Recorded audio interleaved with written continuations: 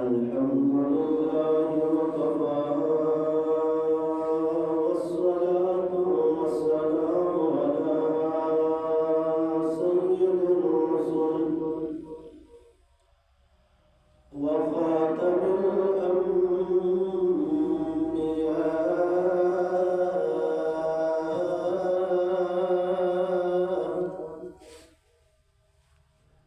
وعلى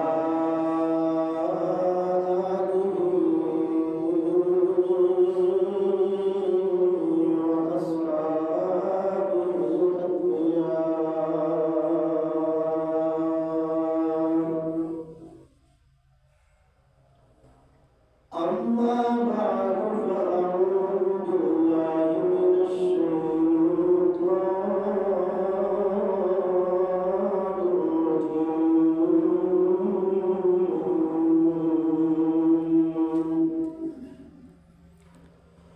بسم الله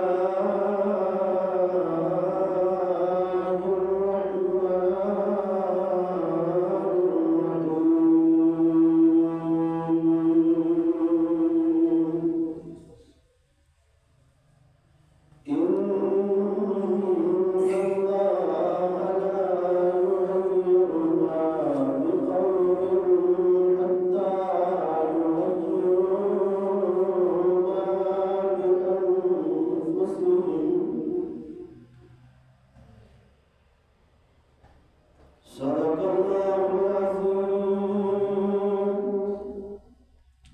وبلغنا رسوله النبي الكريم ونحن على ذلك لمن الشاهدين والشاكرين والحمد لله رب العالمين.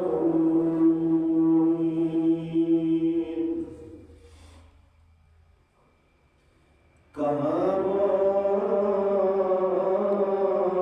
شعراء کی سخن دانی میں ہے، کہاں وہ شعراء کی سخن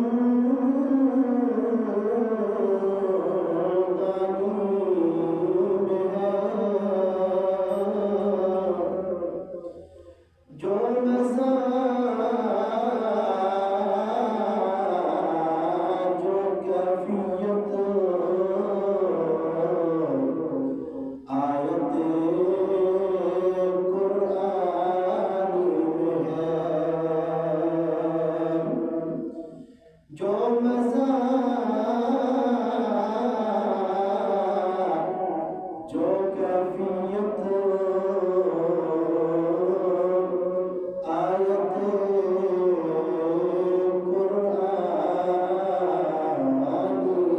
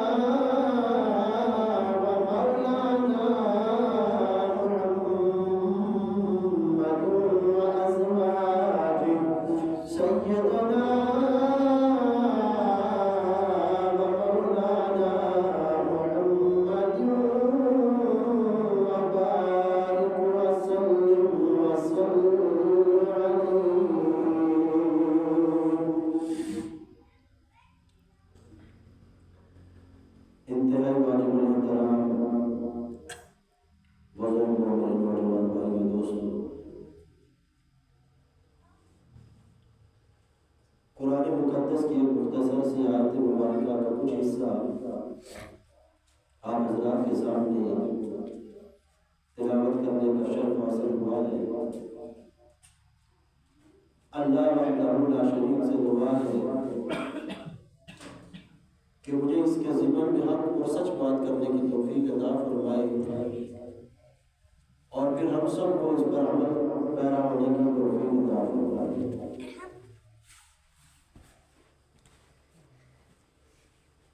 میرے قابل قدر بھائیو،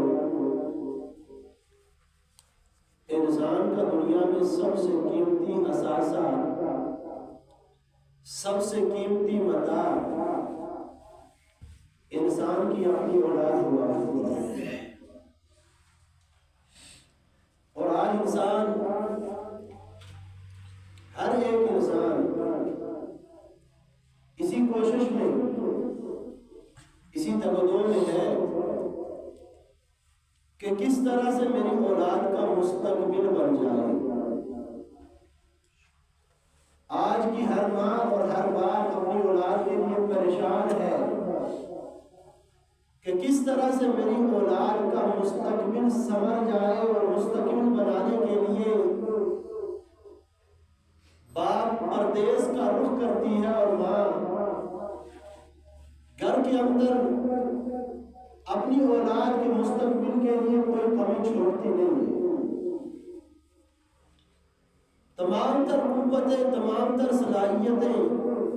میں اور آپ اپنی اولاد کے مستقبل سنوارنے کے لیے لگا رہے ہیں، اور ہر ایک کی دلی تمنا، دلی خواہش اور دلی مراد یہ ہے کہ میرا بیٹا، میری بیٹی بہترین انجینئر بن جائے، بہترین ڈاکٹر بن جائے، اور اسے کہیں بہترین سیٹ اپ مل جائے تاکہ اس کی آنے والی زندگی بہترین ہو سکے، اور اسی کے اوپر ہماری تمام تر صلاحیتیں صرف ہو رہی ہیں۔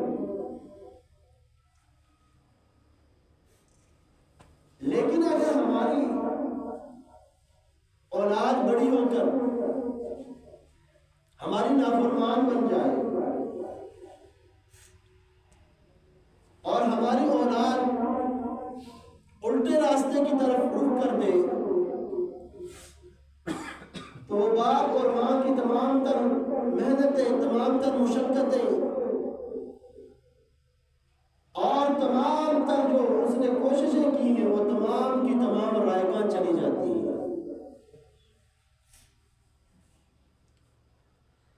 ایک مستقبل تو دنیا کا ہے کہ جس کے لیے میں اور آپ نے اتنی کوشش کی، اتنی محنت کی کہ میری اولاد کا مستقبل بن جائے اور اس کی زندگی سنور جائے، اور اپنی تمام تر توانائیاں، اپنی تمام تر صلاحیتیں اور اپنی تمام تر قوتیں اپنی اولاد کے مستقبل بنانے کے چکر میں ہم نے لگا دی۔ لیکن جب ہماری اولاد دوسرے راستے کا رخ کرتی ہے تو ساری کی ساری محنت ہماری رائگاں چلی جاتی ہے۔ یہ دنیا کے مستقبل کی بات ہے جس کے لیے آپ اور میں آج اتنے پریشان ہیں اتنے فکر مند ہیں. اور ایک مستقبل وہ ہے ہماری اولاد کا جو کل قیامت کا دن ہے, قیامت کی ہولناکیاں آنے والی ہیں. وہ ہمارا بھی مستقبل ہے, ہماری اولاد کا بھی مستقبل ہے, ہمارے والدین کا بھی مستقبل ہے. اس کے لیے میں نے, آپ نے کتنی توانائیاں صرف کی, کتنی کوششیں کی کہ ہماری اولاد دیندار بن جائے, ہماری اولاد نمازی بن جائے,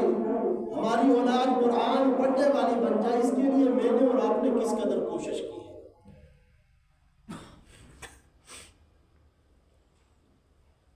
ہماری تمام تر توانائیاں دنیا کے چکر میں, دنیا بنانے کے چکر میں, لیکن وہ کل قیامت کی ہولناکیاں, قبر کی ہولناکیاں ہمارے سامنے نہیں ہیں کہ جب والد کا جنازہ اٹھتا ہے تو اپنی اولاد کو, اپنے بیٹے کو دعا تک نہیں آتی کہ وہ اپنے والد کے جنازے میں کھڑا ہو کر والد کی نماز جنازہ ادا کر سکے. اولاد کو تو اس لیول پہ ہونا چاہیے کہ جب باپ کا انتقال ہو جائے تو خود نماز جنازہ پڑھائے. آج ہم نے سب کچھ مولوی کے سپرد کر دیا. کوئی مرے گا تو جنازہ مولوی پڑھائے گا, غسل مولوی دے گا, دعا مولوی کرے گا. وہی تیرے لیے تو تیرے باپ نے اتنی مشقتیں برداشت کی, اتنی توانائیاں صرف کی, تو اپنے والد کے لیے کیا کرتا ہے؟ کبھی یہ سوچا؟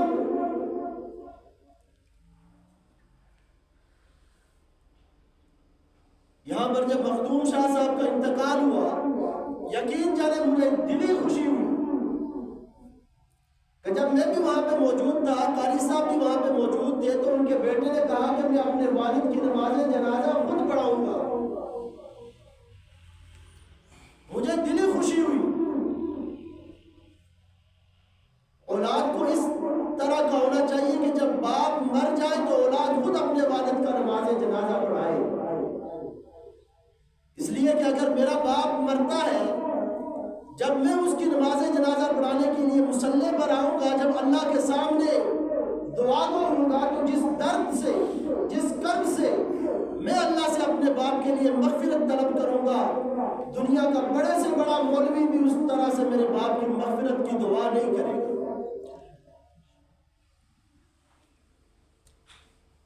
لیکن اس طرف ہماری فکر ہی نہیں, ہماری سوچ ہی نہیں. یہ آپ کی مسجد ہے, اور میں اپنی ان بہنوں اور بیٹیوں کے لیے بھی آج کا خصوصی بیان میری ماؤں بہنوں اور بیٹیوں کے لیے ہے کہ اللہ نے جنہیں اولاد کی نعمت عطا فرمائی ہے, آپ کی اس مسجد کے اندر قرآن پڑھایا جاتا ہے, قرآن کا درس دیا جاتا ہے, لیکن ہمارے پاس کتنے بچے آتے ہیں, اور یقین جانے یہاں پہ کسی سے کچھ نہیں لیا جاتا, سب آگے مفت تعلیم قرآن کی حاصل کرتے ہیں. اور دوسری طرف ہم اپنے بچے کو ڈاکٹر بنانے کے لیے کروڑوں اپنے اخراجات کا ضیاع کرتے ہیں, وہاں پہ خرچ کرتے ہیں اپنے پیسہ کو, اس کو ڈاکٹر بناتے ہیں, انجینئر بناتے ہیں, اور بہترین انسان بنانے کی کوشش کرتے ہیں. وہاں پہ ہمارا سب کچھ لگ جاتا ہے, اور دوسری طرف قرآن کی تعلیم مفت دی جاتی ہے, تو ہم اپنے بچے کو مسجد کی طرف بھیجنے کے لیے تیار نہیں ہیں. یہاں پہ بچے اکثر جو میرے پاس پڑھتے ہیں, اکثر یہاں پہ وہ کھیلتے رہتے ہیں. بارہا ان کے والدین سے میں نے کہا کہ بھائی اپنے بچوں کو قرآن پڑھنے کے لیے بھیجیں. 10 دن 15 دن لگاتار غرضیوں کی کوئی فکر نہیں ماں باپ کو اولاد کی کہ بھائی ان کا قرآن کا سبق ضائع ہو رہا ہے. اور دوسری طرف اگر ہمارا بچہ صبح سکول کی طرف اٹھ کر نہ جائے تو ہم ڈنڈا لے کر اس کے سر پر پہنچ جاتے ہیں. ہمارے بچوں کی نماز جاری ہے, کوئی فکر نہیں, قرآن کی تلاوت نہیں کر رہا, کوئی فکر نہیں. دنیا کی اس قدر فکر ہمارے دل کے اندر بیٹھ چکی ہے کہ دنیا کا تھوڑے سا ذرہ برابر بھی نقصان ہم برداشت کرنے کے لیے تیار نہیں ہے, اور قیامت کا ہمیشہ ہمیشہ کے لیے جو نقصان ہے اس کی طرف ہماری کوئی فکر نہیں، کوئی دھیان نہیں۔ ایک بندہ مجھے یہاں پہ ملا اور مجھ سے کچھ گفتگو کرنے لگا، کہنے لگا آج کل بچے نماز پڑھنے نہیں آتے، کیا وجہ ہے؟ میں نے کہا بھائی بچے قرآن کا سبق پڑھنے کے لیے نہیں آتے تھے، میں نے ان کا نام رجسٹر سے خارج کر دیا ہے۔ ذرا ان کے والدین کو اس بات کا احساس نہیں ہے کہ قرآن کی تعلیم کیا ہے۔ ایک بچہ 10 دن لگاتار مسجد میں نہیں آتا، وہ سارا پیچھے والا سارا سبق بھلا کے آتا، تو جب پھر آئے گا تو دوبارہ سے میں اس کے اوپر محنت کروں گا۔ ان کے والدین کو فکر نہیں ہے تو مجھے کیا ضرورت ہے فکر کرنے کی؟ نام میں نے کاٹ دیا۔ اب اس بیچارے نے جا کے گھر میں بات کی، بھائی آپ اپنے بچوں کو قرآن پڑھنے کے لیے کیوں نہیں بھیجتے؟ آج قاری صاحب نے یہ بات کی ہے مجھ سے۔ آگے سے ماں کا جواب سنو۔ ماں کہتی ہے میں جب اپنے بچے کو کہتی ہوں مسجد میں جاؤ تو بچہ اٹھ کے لڑائی پہ تیار ہو جاتا ہے، اور بچے کی عمر کیا ہے؟ 10 سال 12 سال۔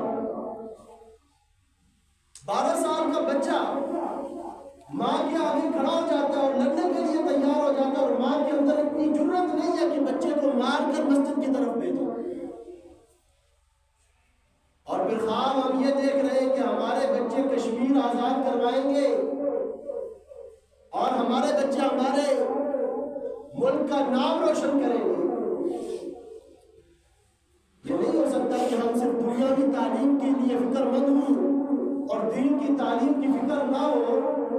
تو ہمارا بچہ کبھی بھی وہ سیدھے راستے کا مسافر نہیں بن سکتا۔ اس لیے میں آپ کے سامنے ہاتھ جوڑ کر اپیل کرتا ہوں کہ خدا را اپنے بچوں کو جہاں پر آپ دنیاوی تعلیم دے رہے ہیں اس کے لیے آپ فکر مند ہیں، تو آپ کم سے کم قرآن دیکھ کر نازلہ پڑھنا تو اپنے بچوں کو سکھائیں۔ یہی اولاد ہمارے لیے کل جب ہاتھ اٹھا کر دعا کرے گی تو اللہ ان کی دعا کی وجہ سے ہمارے درجات بلند فرمائے گا۔ واقعہ دو عالم صلی اللہ علیہ وسلم کی ایک حدیث مبارکہ میری نظروں سے گزری کہ آپ علیہ السلام نے فرمایا کہ جب بچہ پیدا ہوا، اب یہ بولنے کے قابل ہوا، اب ماں اور باپ جب اس کی توتلی زبان سے توتلی باتیں نکلنا شروع ہوئی تو ہر ایک کو اس سے پیار ہو جاتا ہے، اس سے محبت ہو جاتی ہے، مختلف قسم کی باتیں کروانے کی کوشش کی جاتی ہے۔ اب ماں اور باپ نے کوشش کی اور بچے سے اللہ کروایا، اور بڑی کوشش کے بعد بچے نے لفظ اللہ اپنی زبان سے کہا اور توتلے لفظ کہے۔ اللہ کے پیارے نبی حضرت محمد مصطفیٰ صلی اللہ علیہ وسلم نے فرمایا کہ لفظ اللہ کہلوانے کی وجہ سے میرے اللہ نے اس کی والدہ اور والد کی زندگی کی تمام خطاؤں کو معاف کروا دیا۔ صرف ایک لفظ اللہ انہوں نے اپنے بچے سے کروایا اور میرے اللہ نے اس کی والدین کی زندگی کی خطاؤں کو معاف فرما دیا۔ اس کی وجہ کیا ہے کہ انسان کو اللہ نے تخلیق کیا اپنی معرفت کے لیے کہ دنیا میں جائے اور میری پہچان کروائے۔ اب یہ بچہ پیدا ہوا اور اس کے والدین نے اسے اللہ کا تعارف کروایا، اس تعارف کی وجہ سے میرے اللہ نے اس کے والدین کی خطاؤں کو معاف فرما دیا۔ اور دوسری روایت میں آتا ہے کہ جب بچہ بولنے کے قابل ہوا اور اس نے بسم اللہ الرحمن الرحیم پڑھنا سکھایا تو اللہ وحدہ لا شریک اس بسم اللہ کی وجہ سے اللہ اس کے والدین کی زندگی کے گناہوں کو مٹا دیتا ہے۔ وہ ایک واقعہ ہے کہ ایک شخص اس کی بیوی حاملہ تھی اور اس کا انتقال ہو گیا۔ اب اس نے اپنی بیوی کو وصیت یہ کی تھی کہ جب میرا بچہ پیدا ہو جائے یا بچی پیدا ہو جائے، جب یہ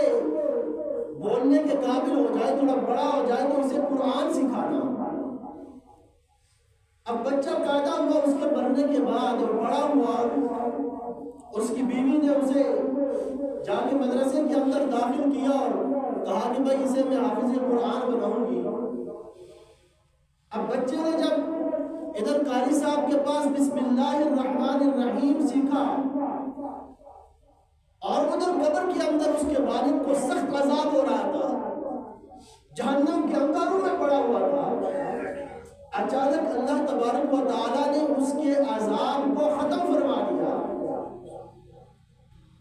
اب اس نے حیرانگی سے پوچھا کہ اللہ اتنی مدت سے میں آگ کے انگاروں میں جل رہا تھا، آج کیا بات اور کیا ماجرا ہوا کہ آپ نے مجھ سے عذاب کو ہٹا دیا، ختم کر دیا؟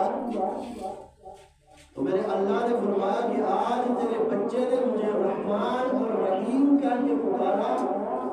تیرے بچے کی یہ ادا مجھے اتنی پسند آئی کہ میں نے تجھ سے اس عذاب کو دور کر دیا،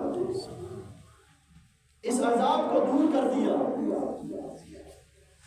لیکن آج ہمیں فکر ہی نہیں، ہمیں اس کی کوئی پرواہ ہی نہیں کہ ہمارا بچہ قرآن پڑھ جائے۔ یقین جانے اسکولوں کے اندر میں گیا ہوں اور یہ راولہ کوٹ کے اندر جتنے بھی اسکول ہیں پرائیویٹ اور سرکاری، سب کے اندر تقریباً میں گیا ہوں، یہاں پر 9ویں کلاس 10ویں کلاس ان کو دیکھ کر قرآن پڑھنا نہیں آتا، قرآن دیکھ کر پڑھنا نہیں آتا۔ اور دنیاوی تعلیم ہم نے کس قدر ان کو دی کہ ان کے لیے ہم صبح اٹھے، جوتے پالش کیے، کپڑے استری کیے، سب کچھ تیار کر کے دیا، لیکن اللہ کی قسم انہیں قرآن دیکھ کر نہیں آتا۔ تو کیا میرا اللہ انہیں دیکھ کر میرے اللہ کو غصہ نہیں آتا ہوگا؟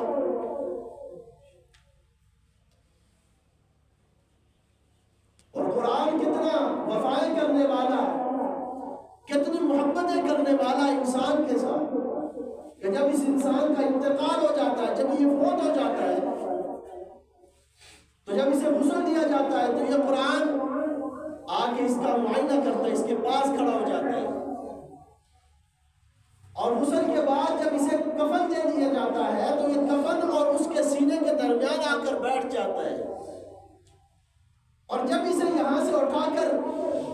قبر کے پاس لے جایا جاتا ہے، دفنا دیا جاتا ہے، تو اس کے عزیز و اقارب اسے دفنا کر واپس آ جاتے ہیں، روتے چلاتے اپنے جانے والے کے لیے۔ اب یہ وہاں چھوڑ کر جب یہ واپس آ جاتے ہیں تو قرآن اس کے ساتھ قبر میں اتر جاتا ہے، اور یہ انسانی شکل میں اس کے سرانے کھڑا ہو جاتا ہے۔ اب جب منکر اور نکیر آتے ہیں، اگر اس سے سوال کرتے من ربک کا، ما دینک کا، من نبیک کا، اب یہ قرآن ان کے سامنے کھڑا ہو جاتا ہے کہ اس سے کیا سوال کروں، اس نے تو اپنی ساری زندگی مجھے سیکھنے پہ لگا دی، اور ان سے کہتا ہے کہ تم اس سے سوال و جواب کرو، میں جا رہا ہوں بلائے اعلیٰ میں، اور اس کے لیے جا کر جنت کے بسترے کا انتظام کرتا ہوں، وہاں جاتا اور جا کر اس کے لیے جنت کا بستر لے کر آتا ہے، اور جنت کا بسترا لا کر قبر میں بچھا دیتا اور اس کو وہاں پہ سلا دیتا اور کہتا ہے تو آرام سے سو جا، دنیا میں تم میرے لیے جاگتا رہا، آج کے بعد میں تجھے پریشان نہیں ہونے دوں گا،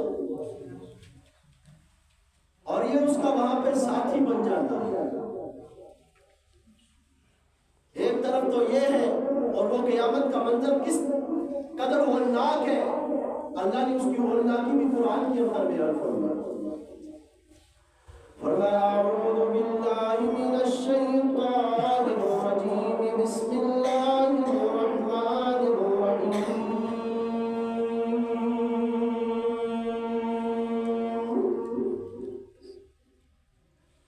اذا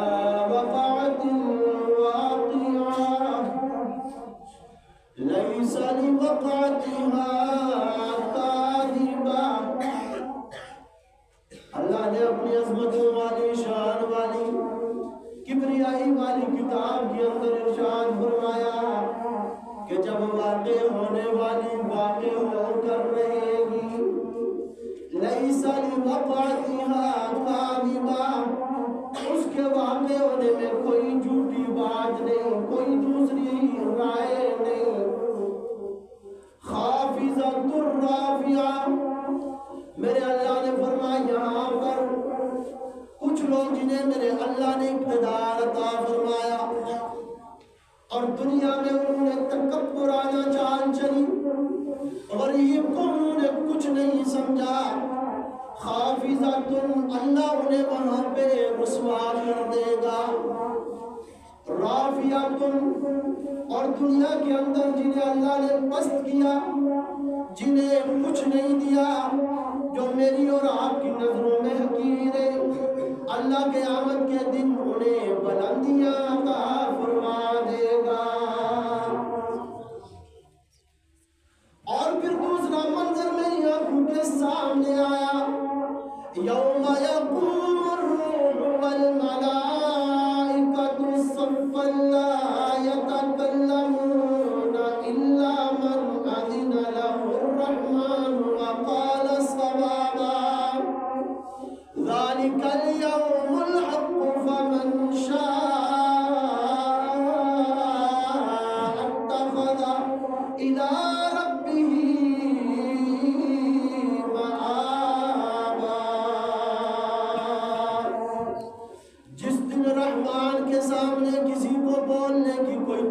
نہیں ہوگی، لا یتکلمون الا من اذن له الرحمن، مگر جس کو میرا اللہ اجازت عطا فرمائے گا۔ یہاں پر تو ہم اپنی زبان کی چاپلوسی سے، ہم اپنی تیز زبانی سے غلط بات کہہ کے دوسرے کو مطمئن کر دیتے ہیں، لیکن رحمان کے سامنے جو بھی بات کی جائے گی وقال صوابا، ٹھیک ٹھیک گفتگو کرے گا، وہاں پہ جھوٹ نہیں بول سکے گا۔ اور جب کل قیامت کے دن کافروں کو میرے اللہ کے سامنے پیش کیا جائے گا تو وہ حسرت سے کہیں گے، یقول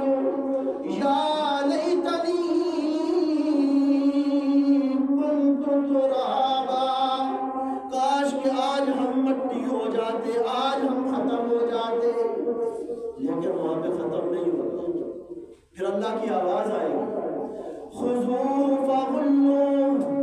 ثم الجحیم صلوہ،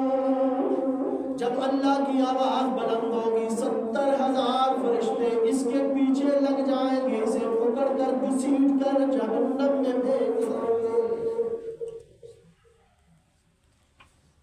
ایک طرف تو منظر یہ نظر آیا اور دوسری طرف یہ قرآن آئے گا اور اللہ کی بارگاہ میں پیش ہو جائے گا۔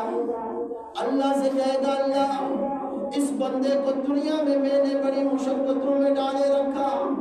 بڑی مصیبتوں میں ڈالے رکھا، اس کی وجہ سے یہ راتوں کو سو نہیں سکا، رات رات کھڑے ہو کر میری تلاوت کرتا رہا، اے اللہ آج تو اسے جہنم میں بھیج رہا ہے، اللہ آج میری سفارش سن کر تو اس بندے کو کی جہنم کو جنت سے بدل دے۔ اللہ قرآن کی سفارش سن کر اس جہنمی کی جہنم کو جنت سے تبدیل فرما دے گا۔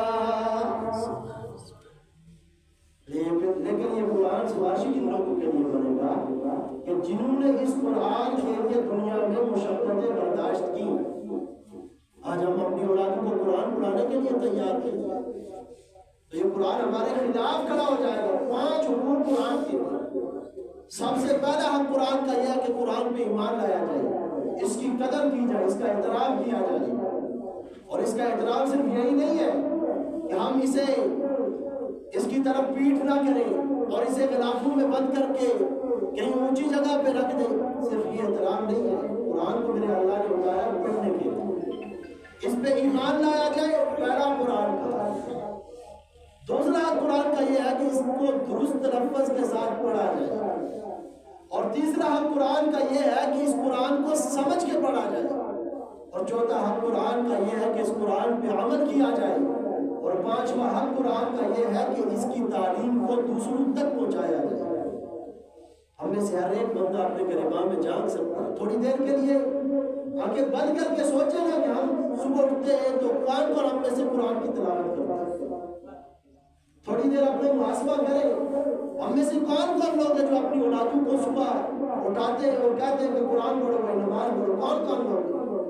بہت کم لوگ ہوں گے جو یہ بات کرتے ہیں۔ میرے بھائیو دوستو، آج اللہ نے ہمیں موقع دیا ہے، زندگی عطا فرمائی ہے، اس زندگی سے فائدہ اٹھائیں اور آج ہم اپنے لیے کچھ کر کے چلے جائیں۔ اور کل پھر ہمیں بھی حسرت ہو کہ کاش ہم کل کچھ کر کے آ جاتے، تو وہاں پہ حسرت کرنا کوئی فائدہ نہیں۔ تو اللہ تعالیٰ سے دعا ہے کہ جو کچھ کہا اس پر مجھے اور آپ کو عمل کی توفیق عطا فرمائے، جو غلطی سے غلط بات نکل گئی اللہ مجھے اور آپ کو اس سے محفوظ رکھے۔ وما علینا الا البلاغ المبین۔